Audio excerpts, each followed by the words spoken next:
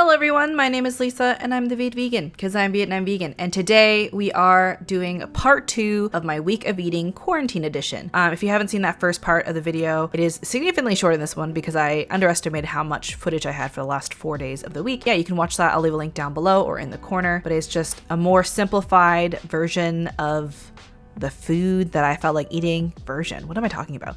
More simplified eating. Basically, I was being very lazy. But don't worry, the next few days, I decided to put lots of effort into the dinners. For breakfast, I'm having an everything bagel with vegan butter and cream cheese. It is the She's company. I really like this cream cheese actually. I either have this or tofu usually, mostly because I'm allergic to nuts. There's lots of cashew-based cream cheeses that are much tastier, I assume, but I can't eat them. So I really like She's, and that was my breakfast for a while. And so I think I had that around like 11:30. And then for dinner, I started cooking this around 5:30. I started to make Gnocchi, I think it's called, which is rice sticks that are like skewered and pan fried on either side so they're crispy, and then like basted with a gochujang based barbecue sauce. I got the recipe from Viet Kieu, so I'll leave the link down below. She makes it look so simple and so tasty. Also, she adds like other like things on top.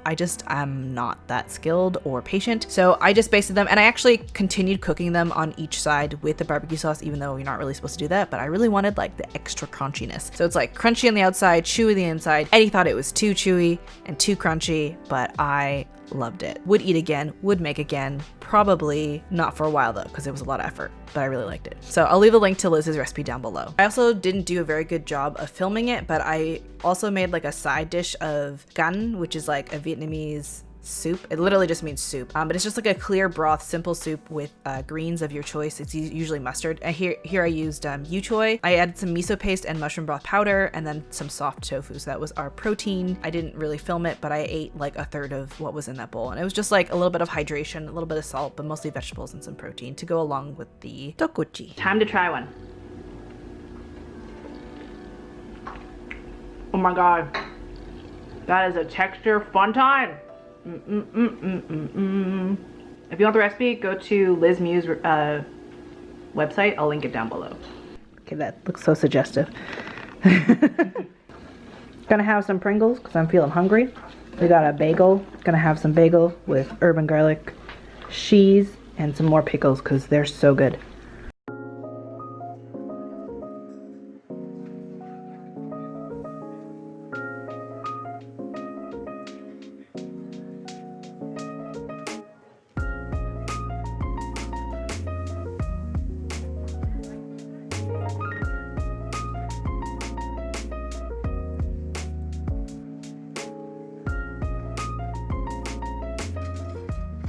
And for the next day, yes, I'm having a bagel yet again. So I buy these bagels at Costco, and they always have like a best before date on them that it's like a reasonable date, like a week later or like a week and a half later, but they always go moldy like 2 or 3 days before the best before date. So Eddie and I basically race to finish that as soon as possible because we don't want moldy bagels, okay? I'm making dalgona coffee again because I have a problem. I had a Gardein breakfast patty with some chow cheese and cream cheese and pickled onions on it because why not, you know? Sometimes you just want it. And like just watching myself like mix this by hand is so painful. I do have an electric mixer now that I use for like a hand mixer, and it's way better. Throughout this video, I was experimenting with using like a stand mixer and making it in bulk and putting it in the fridge because some of you guys said that it keeps in the fridge, but mine did not keep in the fridge. It like half deflated, half stayed normal. I don't know, it was terrible. I'll be just using a hand mixer every single day. So in the last video, a couple of you guys were asking me why I only eat 2 meals a day. And it's because ever since I stopped going to the gym because of quarantine and all that kind of stuff, my body just isn't as hungry as I normally am. I'm still eating pretty big meals whenever I do eat. So I think I'm eating enough food, but I'm just not as hungry as I normally am. And it's also like the new change of like summer. I've been super stressed, and my lack of physical activity has made me not quite as hungry. So I usually have my coffee first thing, and then I'll have my meal towards 11:30 noon. In these videos, I've been having my coffee and my meal at the same time, so I'm like actually pretty full afterwards. So I won't eat until dinner time, which is around like 5:30, and I'll like start cooking at like 5:30, be done cooking by 7, and then I'll be like full until like 9:30, 10. Sometimes I'll have a snack afterwards. I'm making some seitan here, so I really wanted to eat some steaks. And I basically wanted to eat it with onions. The recipe is something that I'm kind of still working on. I'm trying to make like a more simplified steak recipe that has a little bit of aeration in it, because my original seitan steak recipe is not that like juicy. And I had just been talking to Lauren from Sue's, which is like one of my favorite restaurants in Toronto. They do like a plant-based pop-up called Fat Choy, and so she was saying that her seitan, they use a lot of oil to make it juicy, and it is like succulent seitan. I don't understand what they do to make it because it's so good. And she's like DM'd me with like tips on how to make the seitan better. I'm still figuring out. So I tried baking and then boiling the seitan, because I found with just baking or just steaming it was like too dry, and so I wanted to like reintroduce that sort of like juiciness with the boiling. I'm not really sure. I'm still figuring out that recipe, but if you want my beefy seitan, it's like really good when you like slice it and then saute it. I'll leave a link to that video. It was a collab that I did with Mary's Test Kitchen for a banh mi. So I'll link that video if you guys want to see that recipe. It is really good. I really like that recipe, but experimenting with something different here. I didn't quite love it. Eddie liked it. He ate like the leftovers, like he had like the leftover 2 steaks, so he seemed to like it enough. But for the sides, what I decided to do was strain the broth of the vegetables and then take out like the peppercorns and all the other spices that I put in there, blend some of the broth and the vegetables together to make a gravy for some boiled potatoes, and gravy obviously. That's what I had. I had like a bag of white potatoes that needed to be eaten, so that's why in my last What I Eat in a Day you can see potatoes pop up again. I just need to stop buying those big bags of potatoes because I'm not going to eat them all. And like, yes, they store pretty long, but like I don't eat them fast enough. So I really enjoy white potatoes boiled. Like they just get so buttery and creamy. They're a good time. Would recommend. And then I had some leftover cookie dough in the freezer that I had portioned off from the last time I made cookies, actually in my last What I Eat in a Day video. So if you want to watch that video, I'll link it in the corner. I saved about 8 dough balls of those cookies, or that cookie dough, for a rainy day, and today was that day. Good dessert afterwards. But I took the broth, I blended up the vegetables, and I thickened it up with some cornstarch for some easy gravy. That's basically how I make gravy all the time. I just like blend up different cooked vegetables and I blend it with cornstarch, and it is a good thick gravy time. So I pan fried these seitan steaks. I have like a love-hate relationship with this cast iron. It cooks so nicely, but sometimes it'll stick and sometimes it won't stick, and it's not super consistent on what will slide around and what will not slide around. So it's a whole thing. But I used A1 steak sauce for this, and I have recently bought Montreal steak spices. I think I would like that instead of the steak sauce, but yeah.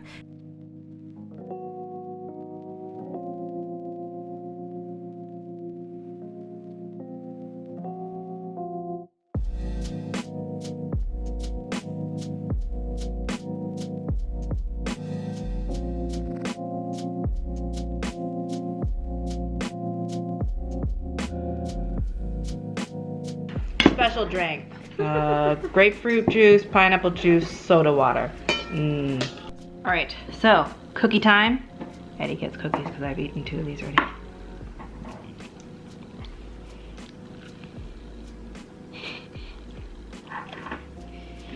I overbaked them, but they're still good. And then I had some of these crispers for a snack. Very delicious. And so yeah, this is the next day. I'm making Dalgona coffee, but in bulk in the stand mixer, and this was way better in terms of texture than whisking it by hand. However, I don't find that it stands up very well in the fridge. So unless you're making this for like a lot of people, I wouldn't recommend doing this in this large of a stand mixer. It did work out perfectly, but like I said, it doesn't store very well. So as I have mentioned several times before, I have since started using an electric mixer by hand so I can make smaller amounts, and it's much better. Really enjoyed this. It was so floofy. Oh my god, it was so good. I probably put too much on because I think I was buzzing this day. This has increased my tolerance for caffeine / my reliance on caffeine. It's not good when I don't have coffee now, because now I'm quite addicted. Guess what I'm having for breakfast? Yet again, it's a bagel and cream cheese, and pickled onions. Surprise, surprise to no one. Oh my god, it just started raining so hard. What the heck? Sorry, it was just like pouring rain. It was like literally not raining at all like a second ago, and then just started pouring so much rain. It was so cool. and now it's just, you know, chill again. And then, oh my God, I just started going again. Oh my God, weather is wild. So anyway, for dinner, I decided to use these steamed sweet potatoes that I had made in the last video. I decided to make gnocchi. Now, I would say that I have a recipe for this, but I don't, because the one that I was sort of like basing it off of, I had to add like way more flour until it was like somewhat kneadable and not just sticking to my hands. So I just kind of like went with my gut. I think it turned out okay. I basically was just adding flour until it was no longer sticking, and then I rolled them into like kind of thickish logs, and then I used a fork to roll them and give them sort of something to hold on to the sauce with. Yeah, I'm not really that great at making gnocchi. I dated an Italian guy once, and his nonna taught me how to make gnocchi, and like this is what I remember of it in terms of like rolling it. Basically, you don't want to like work the dough too much because you don't want to get too thick, but then you just use a fork to, you know, use the tines to get the little grooves so the sauce can stick to it. Yeah, like I said, not an expert. And I really wanted one of those like gnocchi roller wooden things at one point because they're like so pretty, and like the gnocchi it makes is so beautiful, but like I don't need more single-use items in my kitchen. I already have too many. How many times am I gonna make gnocchi? Not that many times, right? Not worth it for me. A fork is just fine. So for the sauce, I decided to use like a lemon butter sauce. Please disregard the amount of butter in this recipe because I used way too much butter. I would use like a quarter of that much butter because it was just way too much. Because I used butter and lemon, I also used a little bit too much lemon juice, so it was super lemony. I liked it that lemony, but Eddie and our tenant did not enjoy the lemoniness. Maybe I would like do like a little bit of white wine, a little bit of lemon juice, a little bit of butter, cook it together with the different spices. I think I used some thyme, some tarragon, some basil, some chili flakes, salt, and black pepper. I thought it was pretty tasty, especially with the sweet potato. I think I added some sage in there too, because sage and sweet potato and butter seems to like be a good combo. I also added some garlic. Obviously, this was way too oily. I actually took out half of it to like cook with a second batch of gnocchi, which by the way, I had frozen. I put it on like a sheet pan, laid it out, froze it, single layer for later to cook, so that I just boil it until it floats. And then you have delicious dumplings to cook up in the sauce so it absorbs some of the sauce. Then I cooked up some Beyond sausages for some protein because I was hungry and I was feeling lazy, so I just wanted some sausages. And it was super good. Very oily, but it was really good with peas, again with the pickled onions and the Beyond sausages. All in all, pretty solid meal. And then for our special drink, this time we used some lemonade and grapefruit juice and sparkling water, and then a snack of an apple. So this is the next morning. You know, you can see how my dalgona coffee was doing. Not super hot, not as beautiful and fluffy as before, but that's okay. It was still pretty tasty, and I was very lazy, and honestly it was quite convenient, even though it didn't look as pretty, but you know, just mix it all in. It's fine. And then for my lunch, I decided to use the leftovers of the potatoes and the gnocchi, and I just kind of stir fried them. No added butter because there's already so much butter on the gnocchi. So I just kind of fried them up until they were hot and kind of crispy, and I had more pickled onions on it. It was pretty good, but I didn't end up finishing it, so Eddie ended up finishing it for me, and this is how much I ate. She had herself a good meal. I'm gonna finish it. Oh yeah. And then for a snack, I had a bit of an apple. Then for dinner, I decided to make some Mongolian tofu. So using my Mongolian beef recipe for soy curls, but instead I'm using tofu. So I cut up the tofu into like blocks, and then I tried my best to blot them. I would press it because it would fry a little bit better and it wouldn't be as like, it would like absorb flavor a little bit better, but I just couldn't really be bothered. I just did the best that I could, and then I coated them in some cornstarch and put them on a baking sheet. So I just wanted to make sure everything was like pretty well coated in like a thick layer of cornstarch. And then I brushed on some oil so that they would crisp up in the oven. And then I think I baked it at 350 for about 20 minutes, flipped it, and then baked for another 20 minutes. Basically, I just wanted to have them sort of crisp up until they're golden. So I flipped everything. It was a little tedious, but I actually really liked it. And I think that it uses less oil in the end. So if you would rather oven bake your protein for that dish, I would highly recommend that. And I actually really liked that method. I've also seen people doing oven baked soy curls. So you rehydrate them as usual. You coat them in cornstarch and then you bake them in the oven, again with a little bit of sprayed oil, just so that it will have something to crisp up. I really enjoyed that. And then I use the leftover cornstarch in the bowl to make the sauce. The same recipe as I have before. If you want to check it out, I will leave the link down below. And because I wanted to add some greens / use up the vegetables that I had, I added some bok choy. I kind of chopped them up to be sort of the same size as the tofu because I wanted to be able to eat everything with a spoon. That is the recipe. I really like it, and I'm actually so glad that so many of you have made this recipe and liked it as well, because it sort of fills that fast food void that you can't really get right now. Also, if you don't even have access to vegan Mongolian beef at like a restaurant ever, this is something that you can make at home. And I really want to make like a beef and broccoli next time, but I've been trying to like test out different seitans to make a really juicy seitan so we can slice it up and make proper beef and broccoli, because that's what I really want to do next. But yeah, I haven't really been able to recipe test that much since our tenant was here, but she just moved out yesterday, so now I will have lots of time to mess up the kitchen with recipe developing and having fun with that. So I'm excited. Eddie really wants me to make pad thai. He also wants me to make peanut butter cookies, basically lots of peanut recipes because our tenant was allergic to peanuts. So we haven't been able to eat peanuts in like 6 weeks. Really excited to be experimenting with a lot more dishes that I haven't been able to eat in a while, whether or not it's because of quarantine or because there's peanuts in it or whatever. But I do want to do a what I eat in a day, but all Vietnamese food, because some of you have been asking me why I don't eat more Vietnamese food. I do. It's just usually when I eat the Vietnamese food, it's like really boring Vietnamese food, like rice and like fermented bean curd or like steamed vegetables. It's like super basic stuff, so it's not like that exciting. Yeah, if you have any requests for certain like Vietnamese dishes that you are interested in seeing, like ones that are like more casual or more like home style cooking, please let me know. I think I want to include, like, I don't know what it's called, but it's like basically mushy eggplant that's like cooked in soy sauce and onion